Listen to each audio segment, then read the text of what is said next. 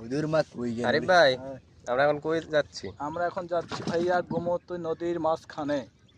আসুন বন্ধুরা, সবাই আমাদের সাথে যুক্ত হন। নৌকো ভবন অসাধারণ।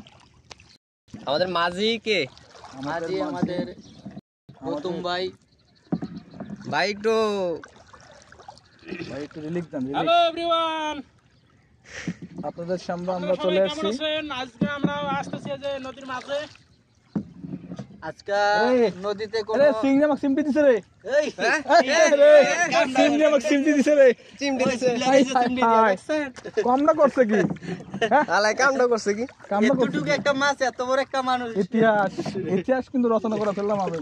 এই জীবনে প্রথম চিংড়ি মাছেরও চিপকাইলাম। সিমটি দেখলাম।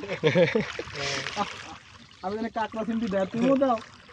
আরে ভাই মজা লাগে। অসাধারণ অসাধারণ মজা লাগে না? ভাই, এটা কি মনে হচ্ছে জাদু রে ভাই? হাতে মনে হয় আটা লাগানো আছে।